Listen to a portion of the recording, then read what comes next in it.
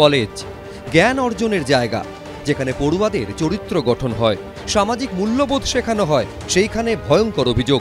আইন কলেজের ভেতরে আইন পড়ুয়াকে গণধর্ষণের অভিযোগ। একজন কলেজের প্রাক্তনী, অপরজন কলেজেরই পড়ুয়া। এর মধ্যে মূল অভিযুক্ত তৃণমূল ছাত্র পরিষদের প্রাক্তন দাপুটে নেতা। অভিযোগকারিনীর বয়ান অনুযায়ী কার্যত কলেজের ছাত্র ইউনিটের সর্বেসর্বা তৃণমূল কর্মী। শাসক দলের মন্ত্রী, বিধায়ক, নেতাদের সঙ্গে একাধিক ছবি। এই রাজ্যের মুখ্যমন্ত্রীর চেয়ারে থাকার যোগ্যতা নেই। আমরা ইস্যু টেক আপ করছি এবং খুব বড় জিনিস হবে, বড় হবে। Law and order state subject. বাংলার মুখ্যমন্ত্রী একজন মহিলা, স্বরাষ্ট্রমন্ত্রী তিনিও মহিলা। আরজি করের মতো এইরকম একটা ইনসিডেন্ট হওয়ার পর তারপরেও সরকার এখান থেকে শিক্ষা নিল না। আরজি করেও বহিরাগতরা ঢুকতেন, প্রাক্তনীদের আড্ডাখানা ছিল। এই সাউথ ক্যালকাটা ল কলেজের ভেতরে ঠিক একই ঘটনার পুনরাবৃত্তি। বিরোধীদের অভিযোগ, ক্ষমতায় আসার পর থেকে শিক্ষাঙ্গনে দুর্বৃত্তায়নে মদত জুগিয়েছে তৃণমূল। কোনো দিন কোনো কড়া বার্তা দেওয়া হয়নি। তারই পরিণতি আইন কলেজের ভেতরে তৃণমূল ছাত্র পরিষদের প্রাক্তন নেতা ও তৃণমূল কর্মীর বিরুদ্ধে এই ভয়ঙ্কর অভিযোগ। 2011 সালের 17 ডিসেম্বর পঞ্চম শ্রেণীতে ভর্তি নিয়ে গন্ডগোল বেঁধেছিল যাদবপুর বিদ্যাপীঠে। পড়ুয়া অভিভাবকদের সামনে বেধড়ক মারধর করা হয়েছিল প্রধান শিক্ষককে। তৃণমূল কাউন্সিলর তপন দাশগুপ্তর লোকজন স্কুলে তাণ্ডব চালিয়েছিলেন বলে অভিযোগ উঠেছিল। 2012 সালের জানুয়ারি মাসে রায়গঞ্জ ইউনিভার্সিটি কলেজে ব্যাপক ভাঙচুর চালানো হয়, মারধর করা হয় অধ্যক্ষকে।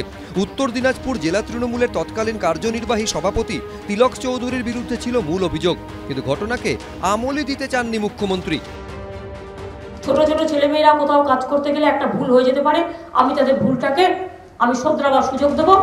2012-তেই 24 এপ্রিল ভাঙড় কলেজের অধ্যাপিকা দেবযানী দেকে গালিগালাজ করে জলের জগ ছুঁড়ে মারা হয় অভিযুক্ত তৃণমূল নেতা আরাবুল ইসলাম। ওই বছরই 4 জুলাই ইটাহারের মেঘনাথ সাহা কলেজে অধ্যক্ষকে প্রায় 9 ঘন্টা ধরে দিনভর তালাবন্দি করে রাখার অভিযোগ ওঠে তৃণমূল ছাত্র পরিষদের বিরুদ্ধে। 2019 সালের 24 জুলাই হুগলির কোন্নগরে হীরালাল পাল কলেজের অধ্যাপককে হেনস্থার অভিযোগ ওঠে সেই টিএমসিপির বিরুদ্ধে। বছর 3 আগে আলিয়া বিশ্ববিদ্যালয়ের উপাচার্যকে হেনস্থা, অকথ্য ভাষায় গালিগালাজ করে আলিয়া বিশ্ববিদ্যালয়ে টিএমসিপির প্রাক্তন ইউনিট প্রেসিডেন্ট গিয়াসউদ্দিন মণ্ডল।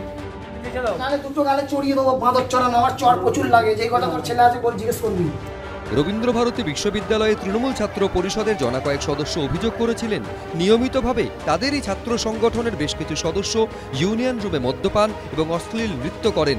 মুখ্যমন্ত্রীর ছবির সামনেই চলে এইসব। কলেজের মধ্যে পরিচালন সমিতি যে জীবনে কোনোদিন কলেজে ভর্তি হওয়ার সুযোগ পায়নি, সে জগ ছুঁড়ে মারল অধ্যাপিকাকে, সে হয়ে গেল তাজা ছেলে। ফলে অপরাধীদের পাশে কলেজের মধ্যে যে শাসক দলের নেতারা ঘাঁটি গেড়ে বসে আছে এবং তাদের প্রশ্রয় দিচ্ছে, তাদেরকে দিয়েই কলেজে লুঠের কারবার চালাচ্ছে। তৃণমূল কংগ্রেসের আমলে এরা বুথে লিড দিতে পারে, তাই সমস্ত কলেজও চলে গেছে আজকে দুষ্কৃতীদের দখলে। এই পরিস্থিতিটা তৈরি করে দিয়েছে বর্তমানে সরকার, কারণ দুষ্কৃতীরা বারবার মনে করছে এটা তাদেরই সরকার, পুলিশের এর ওপরে কোনো ভয় নেই। বিরোধীদের পাল্টা জবাব দিয়েছে তৃণমূল।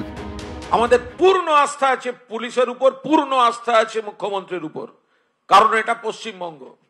আমরা মানবিক, আমরা মেয়েটির পাশে আছি, মেয়েটির পরিবারের পাশে আছি। সিপিএম, বিজেপি বা কংগ্রেস যারা এই নারী নির্যাতনের সব রকম পাপে ডুবে আছে,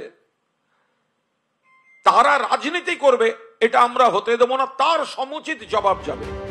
বৃহস্পতিবার ন্যাশনাল মেডিকেল কলেজের স্ত্রীরোগ বিভাগে অভিযোগকারী তরুণীকে নিয়ে যায় পুলিশ। সেখানেই তার মেডিকেল টেস্ট হয়। ন্যাশনাল মেডিকেল কলেজ হাসপাতাল সূত্রে খবর, তরুণীর গলার পাশে ও বুকে আঘাতের চিহ্ন মিলেছে। তার শরীর থেকে নমুনা সংগ্রহ করা হয়েছে।